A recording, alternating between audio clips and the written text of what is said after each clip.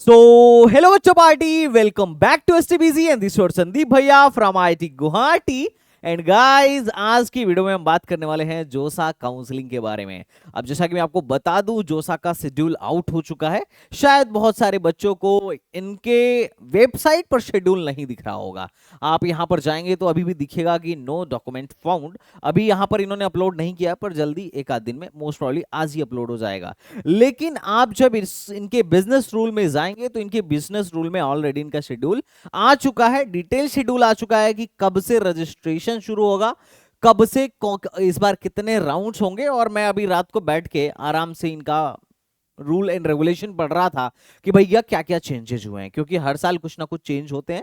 और मजे की बात यह है कि इस बार कुछ कॉलेजेस बढ़ाए गए हैं। टोटल 127 कॉलेजों में इस साल एडमिशन हो रहा है।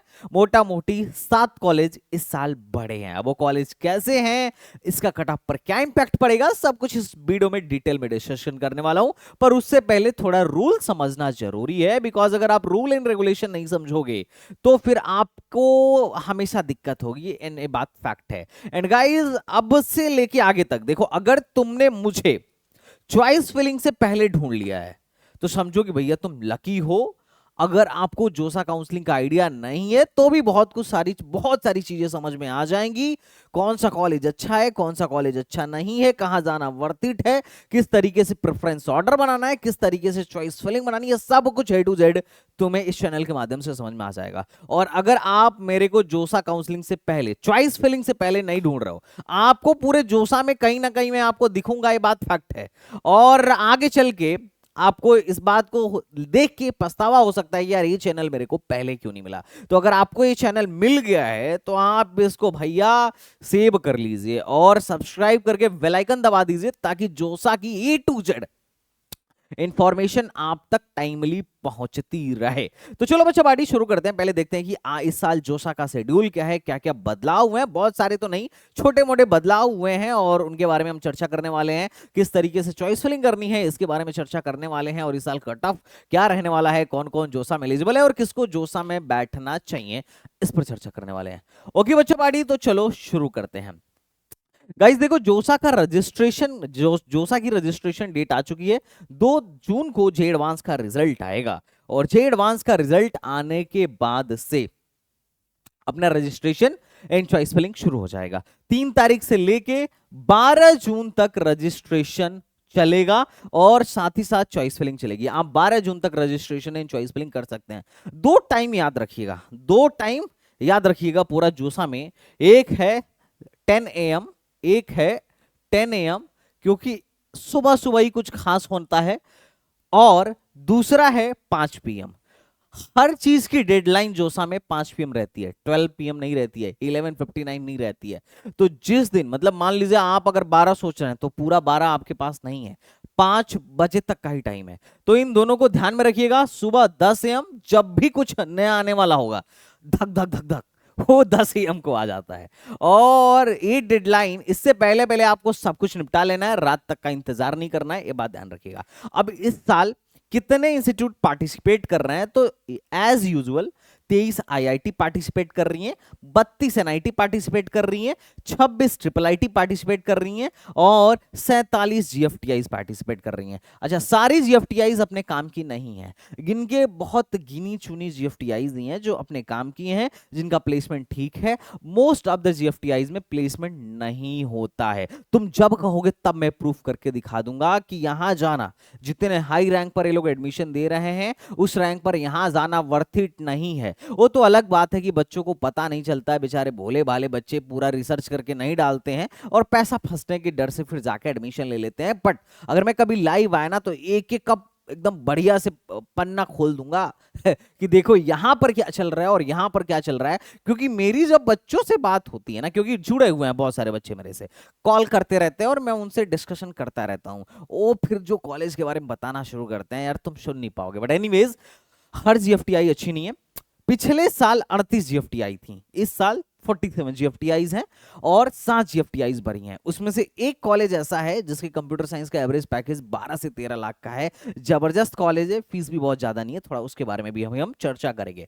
अब बात करते हैं यार जोसा में बैठने का। पहली बात तो खर्चा कितना आएगा। तो क्योंकि ये पहले से तैयार होना चाहिए। ऐसा नहीं है कि सीट मिल गया और अब पैसा का व्यवस्था करने जा रहे हैं, ऐसा नहीं करना है। खर्चा आएगा भैया, देखो एक खर्चा आएगा सीट एक्सेप्टेंस फीस, सीट मिलने के तुरंत बाद देना होगा, उसको बोलते हैं अपन सीट एक्सेप्टेंस फीस। अब सीट एक्सेप्टेंस फीस पिछले साल तक 35,000 था, इस बार थोड़ा सा जोसा वालों ने रहम करम दिखाया है, इन्होंने बोला है कि नहीं नहीं 30,000 ही लेंगे सीट एक्सेप्टेंस फीस। और एससी कैटेगरी और एससी एसटी और पीडब्ल्यूडी के लिए पिछले साल 17,500 था, इस साल इन्होंने घटा के बोल दिया कि भैया 15,000 लेंगे। ये थोड़ा इन्होंने अच्छा काम किया है कि ठीक है यार, हालांकि ये पहला चेंज है, बाकी अभी बहुत ज्यादा चेंज नहीं है, थोड़े मोड़े ही चेंज हुए हैं। एनीवेज, दूसरा होता है पार्शियल एडमिशन फीस। तो ध्यान रखिएगा, मेंटली प्रिपेयर्ड रहिए कि जिस दिन आपको सीट मिलेगा पहली बार, उस दिन आपको सीट एक्सेप्टेंस फीस जमा करना ही करना है online. Seat acceptance fees seat मिलने के बाद जमा ही करना है। अगर आप जमा नहीं करेंगे तो आपकी सीट तो कैंसिल होगी ही होगी, बाकी आप काउंसलिंग से टर्मिनेट भी कर दिए जाएंगे, अगले किसी भी राउंड में आप बैठने के लिए एलिजिबल नहीं रह जाएंगे, पहली बात। और मान लीजिए अगर आपने सीट एक्सेप्टेंस फीस दे दी, लेकिन काउंसलिंग में इस बार टोटल 6 राउंड होने वाले हैं। अच्छा, पिछली बार 5 राउंड हुआ था और मैं चीख चीख के पिछले बार ही बोला था कि भाई इनकी सीटें जोसा में नहीं भरेंगी, हर साल से ज्यादा सीटें खाली रहेंगी सीसैब में, इनको 5 राउंड नहीं 6 राउंड करानी चाहिए। वो वीडियो आज भी यूट्यूब पर है, आप जाके देखिएगा। तो मैं पिछली बार एक कट एंड क्लियर बात बोला था और हुआ भी ऐसा। और मजे की बात है कि मैं पिछले साल हर राउंड में, most of the her 2-3 round में, 2-3 राउंड के बाद जब भी मेरे को टाइम मिल रहा था, मैं आके एनालिसिस करके दिखा भी रहा था कि देखो जो जो मैं प्रेडिक्ट करता जा रहा हूं, मोस्ट ऑफ द चीजें 90% चीजें एकदम कट एंड क्लियर सही निकल के आ रही हैं। मैंने बोला भाई इस बार सीसे में कट ऑफ हाई जाएगा, गया। मैंने बोला कि भाई इस बार देखो जोसा जो है इसकी इतनी सारी, मतलब मोस्ट ऑफ द सीटें, बहुत सारी सीटें इस साल वैकेंट रहेंगी, पिछले 2-3 सालों से अगर हम कंपेयर करें तो, और रही। उसके पीछे का रीजन क्या था कि 5वें राउंड तक तो कट ऑफ सही गया। 2022 से ज्यादा अच्छा कट ऑफ जा रहा था पिछले साल, लेकिन 2023 से कम कट ऑफ जा रहा था। अरे वो पूरी वीडियो पड़ी है यूट्यूब पर, आप ये देखिएगा ये वीडियो, जिसमें मैं पिछले 3 साल के कट ऑफ को बहुत अच्छे ढंग से कंपेयर करके दिखा रहा था कि भैया देखो इस बार का ट्रेंड क्या है। और अगर एक राउंड ये लोग और करा देते ना, 6 राउंड करा देते तो मजा ही आ जाता, लेकिन हुआ नहीं ऐसा। ये लोग 5 ही राउंड कराए, जैसा कि इन लोगों ने पहले बोला था, और 5 राउंड कराने की वजह से जो, मतलब ये हर राउंड में जो कट ऑफ थी हर एक कॉलेज की 2022 से ज्यादा चल रही थी, 2024 से कम चल रही थी। 2024 की जो कट ऑफ थी, आप देखिए, होम स्टेट का मत देखिए, अदर स्टेट का देखिए। 2024 का जो कट ऑफ था 2023 की तुलना में लो गया था, लेकिन 2022 की तुलना में अच्छा गया था, मतलब 22 वाले बच्चों से ज्यादा फायदा हो रहा था। अल्टीमेटली अगर ये 6 राउंड कराए होते ना तो 22 की तुलना में ही ज्यादा फायदा हो जाता, लेकिन जब 5 राउंड इन्होंने कराया तो 22 से भी कम कट ऑफ गई थी। और एक चीज मैं पहले भी प्रिडिक्ट किया था, और मैं बार बार आके इसका ट्रेंड को एनालाइज करके बच्चों को बता भी रहा था, और बच्चों का यही कमेंट रहता था, या बच्चों का यही रहता था कि भैया हमको आपका चैनल पहले नहीं मिला, पहले मिल गया होता ना तो मेरी चॉइस फिलिंग सुधर गई होती, और अब तो हम पछता रहे हैं कि हमने गलत चॉइस फिलिंग कर दी। तो ये चीज है, थोड़ा इन सारी चीजों से भी आपको सावधान रहना पड़ेगा। अच्छा, कई बार ऐसा होता है कि बहुत सारे बच्चे क्या करते हैं, चॉइस फिलिंग में लापरवाही करते हैं, और वो चीज आपको नहीं करना है। चलिए पहले हम शेड्यूल के बारे में डिस्कशन कर लेते हैं, फिर हम चॉइस फिलिंग के बारे में बात करेंगे। अब देखो, एनआईटी, ट्रिपल आईटी और जीएफटीआई तीनों को मिलाकर मैं एनआईटी प्लस सिस्टम बोलूंगा। अब आगे अगर मैं एनआईटी प्लस सिस्टम बोलूंगा तो इन तीनों को समझना, और आईआईटी का अपना अलग नियम है, ठीक है। अब इतना फीस लगेगा। अब भैया जोसा में कौन कौन एलिजिबल है, तो जोसा में हर एक बच्चा एलिजिबल है जिसने जेई मेन दिया था, लेकिन साथ ही साथ बोर्ड के एलिजिबिलिटी क्राइटेरिया को भी फुलफिल करना पड़ेगा। जैसे फॉर एग्जांपल अगर मेरे को आईआईटी जाना है तो मेरी एलिजिबिलिटी क्राइटेरिया, अगर मैं जे एडवांस मैं आईआईटी में एडमिशन चाह रहा हूं तो मेरे लिए एलिजिबिलिटी क्राइटेरिया ये है कि पहला मैं जे एडवांस क्लियर करूं, जे एडवांस का रैंक मेरे पास हो, और दूसरी एलिजिबिलिटी क्राइटेरिया है कि मेरा बोर्ड में 75% हो, और अगर 75% से कम भी है तो भी मैं एलिजिबल हूं अगर मैं टॉप 20 परसेंटाइल में अपने बोर्ड में आता हूं तो। अब ये डेटा आप चेक कर सकते हो इंटरनेट पे, ये जल्दी अभी लोग इस साल का लॉन्च करेंगे कि इस साल किस परसेंटेज तक के बच्चे टॉप 20 परसेंटाइल में आ रहे हैं। तो या तो टॉप 20 परसेंटाइल में होइए या 75% में होइए, अगर ऐसा है तो फिर तो ठीक है। यू आर एलिजिबल फॉर जोसा। तो इस बात को आप ध्यान रखिएगा। जेई मेन के लिए एलिजिबिलिटी क्राइटेरिया क्या है? जेई एडवांस जो क्लियर करेगा उसको आईआईटी मिलेगा, और जो जेई में मेन क्लियर किया होगा उसको एनआईटी प्लस सिस्टम मिलेगा। लेकिन अगर किसी का कट ऑफ जेई मेन में नहीं क्लियर हुआ है तो क्या वो जोसा में बैठ सकता है? यस, वो भी जोसा के लिए एलिजिबल है और वो भी जोसा में बैठ सकता है, इसमें कोई समस्या वाली बात नहीं है। तो अगर आपसे जेई मेन चाहे क्लियर हुआ हो या ना क्लियर हुआ हो, आप दोनों केस में जोसा में बैठने के लिए एलिजिबल हैं। अब अगर क्लियर हुआ है तो क्या गारंटेड एनआईटी या ट्रिपल आईटी मिलेगा? नहीं, इसकी कोई गारंटी नहीं है। अच्छा, अगर क्लियर नहीं हुआ है तो क्या कुछ नहीं मिलेगा? इसकी भी कोई गारंटी नहीं है, क्योंकि जीएफटीआई बहुत लो रैंक तक मिलती है, 8-10 लाख रैंक तक भी एडमिशन देती हैं। अगर तुम कहोगे तो नेक्स्ट वीडियो में मैं बना के दिखा दूंगा कि कौन सा कॉलेज किस रैंक तक एडमिशन देता है। मोटा मोटी ये समझने वाली बात थी। अब बात करते हैं भैया शेड्यूल क्या है इस साल का। तो देखो, हमारा जेई एडवांस का रिजल्ट 2 तारीख को मंडे को आने वाला है। बड़ा ही शुभ दिन है, और इस शुभ दिन पर ही निर्धारित होगा कि आने वाले टाइम में इंडिया के बेस्ट इंजीनियरिंग कॉलेज में कौन कौन से लकी बच्चे जा रहे हैं। एनीवेज, अब बात है कि भैया रजिस्ट्रेशन कब से स्टार्ट होगा।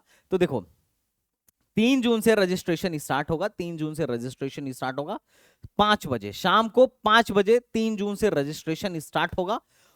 उसके बाद 12 जून तक रजिस्ट्रेशन चलेगा। आप शाम को 5 बजे तक अपना रजिस्ट्रेशन प्लस चॉइस फिलिंग सब कुछ कर सकते हैं। चॉइस लॉकिंग भी कर सकते हैं। अगर चॉइस लॉक नहीं करते हैं तो ऑटो लॉकिंग का सिस्टम है, घबराने वाली कोई बात नहीं है।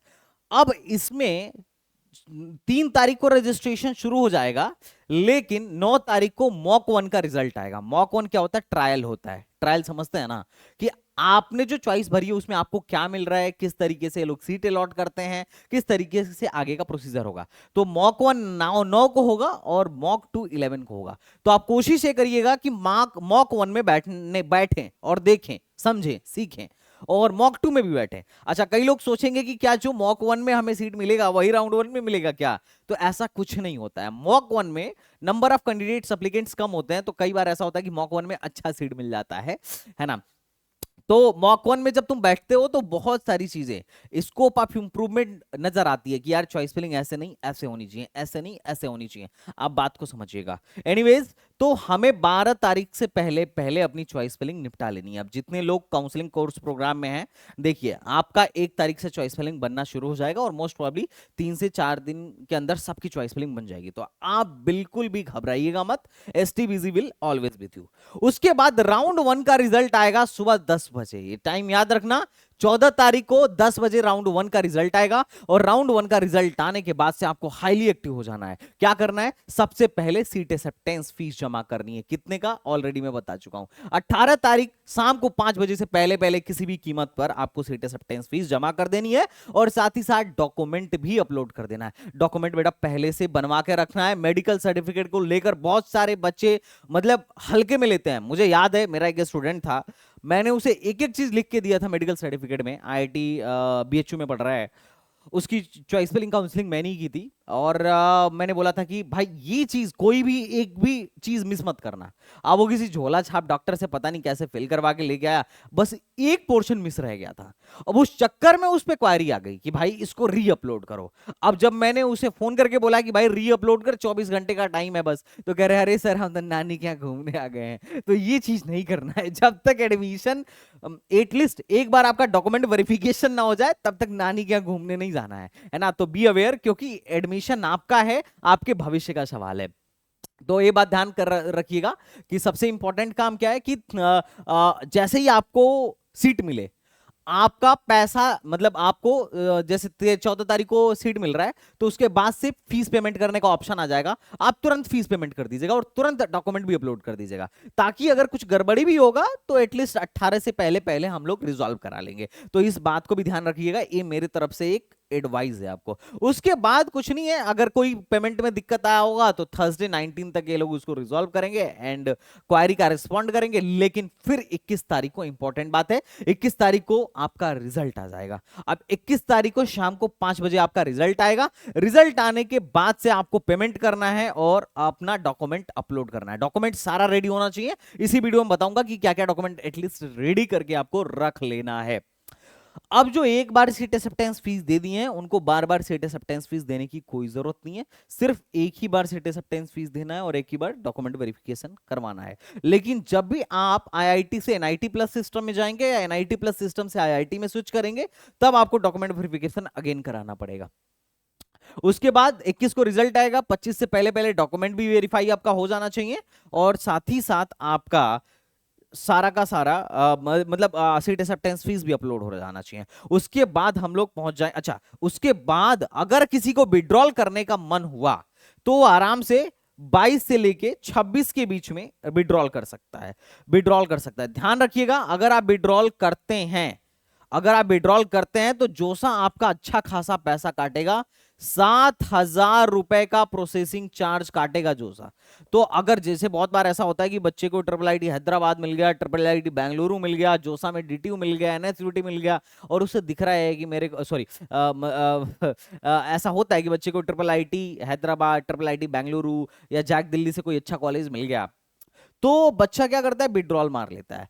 अब विड्रॉल जब आप मारेंगे तो आप इस बात का बिल्कुल ख्याल रखेंगे कि आपका 7,000 कटने ही वाला है और साथ ही साथ आपको पैसा तुरंत नहीं आएगा, सारी काउंसलिंग प्रोसेस खत्म होने के बाद आएगा। तो ये बात भी आपको ध्यान रखना है। तो सिर्फ वही चॉइस फिलिंग डालिएगा जहां तक आप जा सकते हैं, या फिर अगर पहले से एक सीट आपके हाथ में हो तो उससे बेटर सीट ही आपको भरना है, बाकी सब नहीं भरना है। और बाकी विड्रॉल की क्वारी का रिस्पॉन्डर जो है ये लोग 27 फरवरी तक देंगे। नेक्स्ट, फिर से अगले दिन 28 जून को 5 बजे रिजल्ट आएगा। रिजल्ट आने के बाद से फिर वही प्रोसीजर अपनाना है, पैसा जमा करना है, सीट एक्सेप्टेंस फीस जमा करना है और डॉक्यूमेंट वेरिफिकेशन कराना है, एक भी मिस नहीं करना है। और अगर किसी को विड्रॉल मारना हो तो 29 तारीख से लेके 2 जुलाई के बीच में विड्रॉल मार सकता है। अगर आप विड्रॉल मारेंगे तो वही नियम वही है, 7,000 रुपए काट के बाकी के पैसे आपके खाते में भेज देगा। वो बात की बात है, तुरंत नहीं, टाइम लगता है। अब एक चीज और यार देखो, जोसा काउंसलिंग कोई मजाक नहीं है। 127 कॉलेजेस हैं, 500 से 600 चॉइसेस होंगे और हर एक कॉलेज के बारे में इंटरनेट पर डेटा भी अवेलेबल नहीं है। और कॉलेजेस के चॉइस फिलिंग बनाने से पहले आपको पूरे के पूरे जो भी आपकी रैंक है उस पर जो जो कॉलेज मिलने की पॉसिबिलिटी है पहले वो सर्च करना होगा, उसके बाद वो कॉलेज कैसा है वो सर्च करना होगा, पर उसके बाद ब्रांच कौन सा लेना है ये देखना होगा और उस ब्रांच में से किसको ऊपर रखना है किसको नीचे रखना है ये देखना होगा।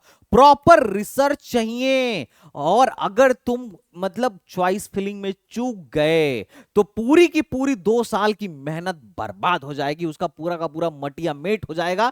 ये मैं पहले कट एंड क्लियर बात बोल रहा हूं और ये बहुत जरूरी है समझना कि जोसा काउंसलिंग आपके जीवन का एक बहुत इंपॉर्टेंट पार्ट है। अगर आप इस देश के बेस्ट इंस्टीट्यूट्स में पढ़ने वाले हो तो इनफैक्ट अगर आप जेईई एडवांस में भी कुछ रैंक लेके आए हो ना, अच्छी रैंक लेके आए हो, तो भी आपको पूरी की पूरी जी जान झोंक देनी है, रिस्क नहीं लेना है मेरे भाई, वरना इतने सालों का मेहनत, इतने दिनों की तपस्या बर्बाद हो जाएगी। और तुम्हें लग रहा होगा कि ये ऐसे ही बोल रहे हैं, भाई मैंने बर्बाद होते हुए देखा है, मैंने लापरवाही करते हुए लोगों को देखा है। लोग लापरवाही कर देते हैं सिर्फ थोड़ी सी रिसर्च के लिए, थोड़ा मेहनत के लिए, और इसमें भी बहुत सारे ऐसे एलिमेंट्स हैं जो आपको डिफ्लेक्ट अलग से करेंगे, क्योंकि बहुत सारे लोग बहुत सारे वेबसाइट्स पर अनठसंड डेटा डाल रखे हैं। कोई किसी कॉलेज को बहुत अच्छा बताएगा, कोई किसी कॉलेज को बहुत खराब बताएगा। कई बार तो बहुत सारे बच्चे बोलेंगे कि नहीं नहीं ये नॉर्थ ईस्ट वाली ट्रिपल एनआईटी बेकार है, इससे बढ़िया ये प्राइवेट कॉलेज है, ये जीएफटीआई बेकार है, इससे बढ़िया ये प्राइवेट कॉलेज है। तो आप अगर इंटरनेट से डेटा उठा रहे हो तो एक ऐसे सोर्स पर ही बिलीव करना जो ऑथेंटिक हो। अनठसंट सोर्स, अनठसंट वेबसाइट से जाके डेटा नहीं उठानी है, पहला। दूसरा, बहुत सारे बच्चे ऐसे हैं जिनको जो बहुत सारे काउंसलिंग प्रोग्राम ज्वाइन करते हैं। अब उसमें होता क्या है, देखो आप काउंसलिंग प्रोग्राम ज्वाइन कर रहे हो, किसी का भी, मेरा या किसी का, इसमें बुराई नहीं है, क्योंकि अगर आप किसी ऐसे सीनियर से या किसी ऐसे प्रोफेशनल व्यक्ति से हेल्प ले रहे हो जिसको इस काउंसलिंग के बारे में प्रॉपर नॉलेज है, जो इस डोमेन से बिलोंग करता है, जिसे इंजीनियरिंग के बारे में प्रॉपर नॉलेज है, तो ये बहुत अच्छी चीज है। लेकिन कई बार ऐसा होता है कि बहुत सारे मक्कार लोग भी बैठे होते हैं। मान लो आपने किसी व्यक्ति एक आध कोर्स लिया कि भैया आप मेरे को मेरी चॉइस फिलिंग करके दो कि मेरे रैंक के बेसिस पर क्या है। अब उसने एक जनरल ऑर्डर बना रखा है, वही आपको भेज दिया। या फिर ऐसा भी हो सकता है कि उसने एक जनरल ऑर्डर बना रखा है, आपके रैंक पर क्या क्या मिल रहा है वहीं से कॉपी पेस्ट मार के भेज दिया, उसने आपसे शायद पूछा भी नहीं कि आपका इंटरेस्ट क्या है, आप किस लोकेशन पर जा सकते हो, आप किस ब्रांच तक पढ़ सकते हो, और आपकी इकोनॉमिकल कंडीशन क्या है। अब इस चक्कर में कई बार बच्चे ट्रिपल आईटीज डाल देते हैं जिनकी फीस 4-4 लाख है और आरओआई उतनी है नहीं, और वहां पर जाके बच्चे फंस जाते हैं। कई बार ऐसा होता है कि बच्चा बीआईटी मिश्रा ले रहा है और जबकि पता चल रहा है पापा कह रहे हैं कि हम 2 लाख से ज्यादा फीस नहीं दे पाएंगे, 3 लाख से ज्यादा फीस नहीं दे पाएंगे, वहां पे बच्चों का भविष्य बर्बाद हो जाता है, बच्चों के पैसे फंस जाते हैं, और ये बहुत दुखद घटना है। मैं कहता हूं यार, तुम किसी का भी काउंसलिंग प्रोग्राम ज्वाइन कर रहे हो तो बहुत सावधानी से ज्वाइन करो। तुम ये देखो कि तुम्हारे रैंक पर कौन तुम्हारे डाउट्स को क्लियर कर रहा है, कौन तुम्हारे अकॉर्डिंग चॉइस बना के दे रहा है। एटलीस्ट यार चॉइस बनाने के साथ साथ तो एक जस्टिफाई भी तो करे कि भाई ये एनआईटी ऊपर डाला या इसका ये ब्रांच डाला तो क्यों डाला, इसका प्लेसमेंट ऐसा है, यहां पर कल्चर ऐसा है, ये इसका कैंपस है कि नहीं है, एवरीथिंग, फैकल्टीज कैसी हैं, फैकल्टीज पीएचडी है या नहीं है, कितने रिसर्च पेपर पब्लिश होते हैं, कितने कॉलेजेस आते हैं। आज के टाइम में ट्रिपल आईटीज में बहुत बुरा हाल है भाई। ट्रिपल आईटी पुणे में मात्र पिछले साल 40% भी प्लेसमेंट नहीं हुआ था। उसके अलावा बहुत सारी ट्रिपल आईटीज ऐसी हैं जो अंडर 60% प्लेसमेंट पर चल रही हैं, जबकि उनके पास टॉप के ब्रांचेज हैं, और जीएफटीआई में तो बहुत ही ज्यादा बुरा हाल है। तो ये बहुत सारी समस्याएं हैं जिस पे लोग रिसर्च नहीं कर रहे हैं, they are just going to share, भाई 1000 रुपए दे दो, 2000 रुपए दे दो, हम तुमको चॉइस फिलिंग का एक पीडीएफ पकड़ा देंगे, भले हम तुमसे आके बात करें, तुम्हें समझाएं, तुम्हें कंसल्ट करें या नहीं करें। तो इसका एक ही उपाय है, उपाय ये मत सोचना कि मेरा कोर्स ज्वाइन करना नहीं, इसका उपाय है कि तुम बैठो, वीडियोस देखो, रिसर्च करो। मैं अपनी वीडियोस में बहुत अच्छी अच्छी इंफॉर्मेशन देता हूं और बहुत ऑथेंटिक इंफॉर्मेशन देता हूं। Although I am not a perfect man, बहुत बार मुझसे भी गलतियां हो सकती हैं, लेकिन तुम अपने पर भरोसा रखो, एडवांस क्लियर किए हो भाई तुम, तो तुम कर सकते हो। और अगर तुम्हें लग रहा है कि नहीं भैया थोड़ा मेरे को डर लग रहा है and you are experienced person, आप मेरी हेल्प कर दो, तो तुम हमारे कोर्स को ज्वाइन कर सकते हो, क्योंकि यहां पर ऑलरेडी बहुत सारे आईआईटीएंस है भाई जो मेरे अंडर, मेरे सुपरविजन में मेरे साथ मिलकर काम कर रहे हैं। और हमारा लक्ष्य यही है, सिर्फ एक ही लक्ष्य है कि जो भी बच्चा एक जेईईएन में, जे एडवांस में अच्छा रैंक लेके आ रहा है ना, उसको उसके बेस्ट डिजर्विंग कॉलेज तक पहुंचाएं। कभी उसको रिग्रेट ना हो कि यार मेरे को ये मिल सकता था, मैं यहां आके गलती कर दिया, मेरे को आईआईटी रुड़की में ये मिल सकता था लेकिन मैं आईआईटी हैदराबाद चला गया इस चीज के चक्कर में, या मैं इस फलाने, अरे यार बहुत सारी नई आईआईटीज हैं 2014 और 2016 के बाद ही स्टार्ट हुई हैं। मैं अगर तुम्हें दिखाऊं उनका प्लेसमेंट स्टैट्स तो तुम बोलोगे यार इससे अच्छा भैया तो ये triple ITs Bangalore, triple IT Hyderabad, triple IT Bengaluru, NIT Trichy, मतलब टॉप के एनआईटीज हैं, जबकि हम आईटी के चक्कर में मर रहे हैं। तो there are a lot of things जिसको आपको समझना पड़ेगा, और ये चीज पता चलेगा रिसर्च से, उस पर आपको बहुत ज्यादा ध्यान देना है। एक एक चॉइस को चुन चुन के रखना, कोई भी ऐसी चॉइस अंटसंट मत डाल देना जिससे आगे चल के तुम्हें ही परेशानी हो। क्योंकि मैंने बच्चों को भाई डिप्रेशन में जाते देखा है, जोसा में मैंने रोते देखा है कि भैया, क्योंकि एक ही बार चॉइस फिलिंग का मौका मिलेगा राउंड 1 से पहले, 12 तारीख के बाद कोई चॉइस फिलिंग नहीं होगी, और आईआईटी वालों को तो सीसेम में गलती सुधारने का मौका भी नहीं मिलता है भाई। तो मैंने हजारों लोगों को ऐसे देखा है जो ये बोलते हैं कि अनसेटिस्फैक्टरी चॉइस फिलिंग है, तो ये चीज ध्यान में रखिएगा। एनीवेज, बात करते हैं चौथे राउंड की। तो चौथा राउंड जो है 17 तारीख को रिजल्ट देगा, और रिजल्ट देने के बाद से फिर हमारा वही प्रोसीजर शुरू होगा कि हम क्या करें, सीट एक्सेप्टेंस फीस दें, और सीट एक्सेप्टेंस फीस के बाद डॉक्यूमेंट वेरीफाई करें। अच्छा, कई बार ये लोग बोलते हैं आईआईटी वाले, सॉरी ये जोसा वाले बोलते हैं कि भैया आप ना प्री पेमेंट ऑफ द जोसा सीट एक्सेप्टेंस फीस पहले ही दे दीजिए।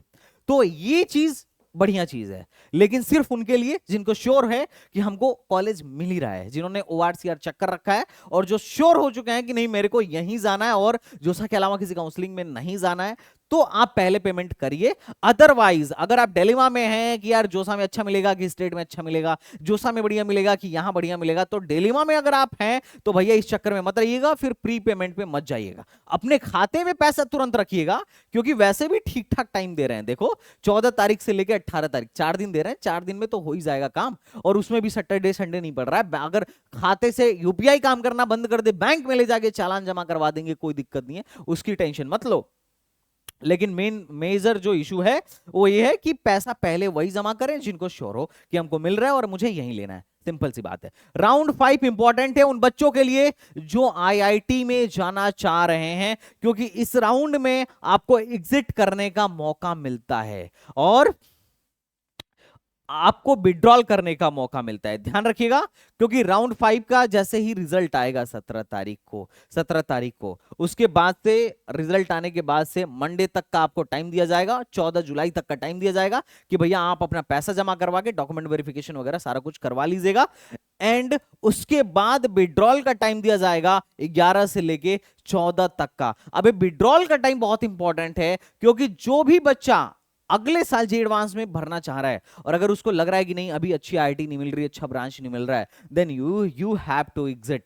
अगर नहीं भी मिला है और तुम्हें लग रहा है कि यार अब मिलेगा नहीं अच्छा, तो तुम्हें एग्जिट करना पड़ेगा। क्योंकि अगर आप राउंड 6 में गए और क्योंकि राउंड 6 के बाद तो आपके आईआईटी वालों के लिए विड्रॉल का तो ऑप्शन आता नहीं है राउंड 6 के बाद, है ना, तब आपको सीट लेना पड़ेगा। और राउंड 6 आईआईटीज के लिए राउंड 6 मतलब लास्ट राउंड होता है। आईआईटीज वाले लास्ट राउंड 6 तक जा सकते हैं। उसके बाद जो विड्रॉल का ऑप्शन होता है ओनली एनआईटी प्लस सिस्टम के लिए आता है, ओनली एनआईटी प्लस सिस्टम के लिए आता है। अब मान लो कोई ऐसा बच्चा है एनआईटी जिसको आईआईटी मिला है और अगर वो आईआईटी छोड़ के भाग गया या उसने फीस तो जमा कर दी लेकिन क्लासेस अटेंड नहीं किया, छोड़ दिया, ड्रॉप आउट ले लिया, तो फिर अगले साल उसको जे एडवांस देने का मौका नहीं मिलेगा। मतलब अगले किसी भी साल में चाहे उसके पास जितने भी ऑप्शंस हो वो आईआईटी के लिए कंसीडर नहीं किया जाएगा। तो 5वां और 6वां राउंड आईआईटी वाले बच्चों के लिए बहुत ही समझदारी से चुनने का राउंड होता है। तो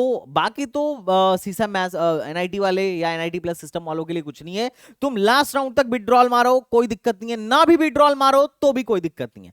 और छठा राउंड जब कंप्लीट होगा तो छठा राउंड के कंप्लीट होने के बाद एक बहुत इंपॉर्टेंट स्टेप आपको लेना पड़ेगा। अगर आपने इसको नहीं लिया और आपका डॉक्यूमेंट वेरीफाई है, सीट एक्सेप्टेंस फीस जमा है, तब भी आपका सीट कैंसिल हो जाएगा। उसको बोलते हैं पार्शियल एडमिशन फीस। आपको पार्शियल एडमिशन फीस, जो मैं शुरू में बता दिया था कि 45,000 लगता है, पार्शियल एडमिशन फीस जमा करके आपको एडमिशन लेना है। अब अगर मान लो इसके बाद आप सीसेब में भी जाना चाह रहे हो तो आप जा सकते हो। अब जो लोग सीट एक्सेप्टेंस फीस और पार्शियल एडमिशन फीस जमा कर चुके हैं उनको सिर्फ और सिर्फ सीसेब राउंड का प्रोसेसिंग चार्ज ही देना पड़ेगा, बाकी कोई चार्ज देने की जरूरत नहीं है। मतलब institute admission fees 1, institute admission fees 2 देने की जरूरत नहीं है। लेकिन अगर आपको कुछ नहीं मिलता है जोसा में और आप कोई पैसा नहीं जमा किए हो तो आपको फिर वहां पर जाके आपको सीसेब प्रोसेसिंग चार्ज और इंस्टीट्यूट एडमिशन फीस पहले ही देना पड़ेगा। उसके बाद आप सीसेब में रजिस्टर कर सकते हो। सीसेब में कट ऑफ लो जाती है, जोसा में जितनी भी सीटें बच जाती हैं IITs, NITs, NITs, triple ITs और जेएफटीआईज की, क्योंकि आईआईटी के लिए कोई सीसेब राउंड नहीं होता है। छठा राउंड होने के बाद से भैया आप अपना फिजिकल रिपोर्टिंग के लिए जाओ, आपके कॉलेज में एडमिशन हो जाएगा। फिजिकल रिपोर्टिंग के लिए अलग से नोटिस आएगा, बने रहना, मैं सब कुछ बताता रहूंगा उसके लिए। और जो एनआईटी वाले हैं वो जोसा में भी बैठे हैं और जोसा में आपको जो मिल गया आप इस सीट को ले लीजिए और अगला सीसेब में भी पहुंचिए। अगर सीसेब में कुछ बढ़िया मिलता है तो ये सीट कैंसिल हो जाएगी और कुछ बढ़िया नहीं मिलता है तो ये सीट बनी रहेगी। अच्छा, कई बार बहुत मतलब होशियार चंद होते हैं, जोसा में बढ़िया मिल जाता है और सीसे में जाके कबाड़ा करवा लेते हैं। क्यों? क्योंकि चॉइस फिलिंग कबाड़ी कर देते हैं। तो चॉइस फिलिंग के साथ खिलवाड़ नहीं करना है। चॉइस फिलिंग जान है पूरे जोसा काउंसलिंग की। अगर चॉइस फिलिंग आपने ढंग से किया जोसा और सीसेब की तो आप मान के चलिए आपको एक लो रैंक पर भी एक बढ़िया कॉलेज मिलने की पॉसिबिलिटी है। और अगर आपने चॉइस फिलिंग को कबाड़ा कर दिया तो एक बढ़िया रैंक लाके भी एक कबाड़े से कॉलेज में जाना पड़ सकता है। इस बात को ध्यान में रखिएगा। एनीवेज गाइस, थोड़ा सा हम बात करते हैं कि भैया क्या क्या डॉक्यूमेंट लगेगा, क्योंकि डॉक्यूमेंट तुरंत अपलोड करना पड़ेगा जैसे ही आपको सीट मिलता है। डॉक्यूमेंट की बात ध्यान से सुनना। सबसे पहले आपको 10th जो आपके डेट ऑफ बर्थ को बता रहा होगा, उसके बाद 12th जेईई मेन का एडमिट कार्ड और कैटेगरी सर्टिफिकेट। कैटेगरी सर्टिफिकेट को बहुत ध्यान से सुनिएगा। अगर आप ओबीसी हो तो आपको सेंट्रल गवर्नमेंट का सर्टिफिकेट बनवाना है, वो भी 1 अप्रैल के बाद का। और मैं पहले ही इस पर वीडियो बना दिया था और चिल्ला चिल्ला के बोला था कि ये चीज बना होना चाहिए। और इनके में भी क्या बोलते हैं, ईडब्ल्यूएस का भी जो है न्यू फाइनेंशियल ईयर का ही होना चाहिए, तो ये भी ध्यान रखिएगा। अब बात करते हैं उनका क्या पीडब्ल्यूडी वालों का। तो देखो पीडब्ल्यूडी वालों का तो सिंपल है, आपका पीडब्ल्यूडी सर्टिफिकेट होना चाहिए और आपको फिजिकल वेरिफिकेशन के लिए भी बुलाया जाएगा। अगर आपका यूडीआईडी नंबर नहीं है तो इस पर एक सेपरेट वीडियो अपन लोग बना देंगे। और उसके बाद से जो एक है ब्लैंक चेक या फिर पासबुक की फोटोकॉपी, ये भी लगेगी। अगर आप रिफंड के लिए अप्लाई करेंगे तो इसकी जरूरत पड़ेगी। और तीसरा जो है वो है medical certificate. Medical certificate mandatory है। बहुत सारे लोग मेडिकल सर्टिफिकेट को हल्के में लेते हैं, भैया पहले से बनवा लेना, और या फिर जिस दिन मिले उसी दिन जाओ और अपना बनवा लो। मेडिकल सर्टिफिकेट कैसे बनेगा, कब बनवाना है, किस कॉलेज के नाम से बनेगा, उस पर मैं एक डिटेल वीडियो अलग से बना दूंगा। तो बस ये मैंडेटरी सर्टिफिकेट्स हैं। बाकी उसके अलावा तो फिजिकल रिपोर्टिंग में बाकी जो गैप सर्टिफिकेट हो गया, टीसी हो गया, सीसी हो गया, वो सब फिजिकल रिपोर्टिंग में अपन लेके जाएंगे। लेकिन इतने सर्टिफिकेट्स जो हैं अपने मैंडेटरी हैं, एक बार फिर भी इसको अच्छे से पढ़ लेना। तो ये था अपना जोसा काउंसलिंग के बारे में। अब बात करते हैं कौन कौन से कॉलेजेस बढ़े हैं। तो देखो, जो सबसे अच्छा कॉलेज बढ़ा है वो है SGITS इंदौर। ये एमपीडीटी में मिलता है कॉलेज, पहले मिलता था, अभी भी मिल रहा है। एमपीडीटी का नंबर 1 कॉलेज है एमपी में, स्टेट गवर्नमेंट का नंबर 1 कॉलेज है SGITS इंदौर। उसके अलावा जो है हमारा नाइलेट था, नाइलेट औरंगाबाद था। नाइलेट के लगभग 2, 4 और 6 भाई, नाइलेट के 6 ब्रदर, नाइलेट के इतने सारे कैंपस क्या कर रहे हैं, नाइलेट के 6 कैंपस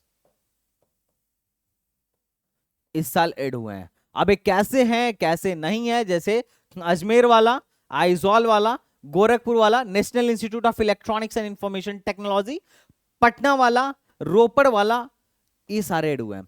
अच्छा, 5 कैंपस। एक कॉलेज और है जो इस साल ऐड हुआ है, वो है Rajiv Gandhi national aviation university Amethi. तो एक कॉलेज और ऐड हुआ है। तो टोटल बस यही एफटीआईज ऐड हुए हैं। इसमें कुछ खास फायदा देखने को तो मेरे को नहीं मिल रहा है, बट एनीवेज इसमें कितनी सीटें हैं और क्या इस पर कट ऑफ पर इंपैक्ट पड़ेगा, कट ऑफ की एक अलग से वीडियो बना के आपको समझा दूंगा। तो ये टोटल रहा जोसा की काउंसलिंग प्रोसीजर के बारे में। अब एक बात और है जो बच्चे पूछते हैं जनरली कि भैया अगर मैं जोसा में बैठा और ऐसा हुआ कि मेरी सीट कैंसिल हो गई किसी कारणवश, और मैंने अगर पैसा जमा कर दिया, तो वो पैसा कब तक आ जाएगा या आएगा कि नहीं आएगा? तो देखो, वो पैसा आ जाएगा।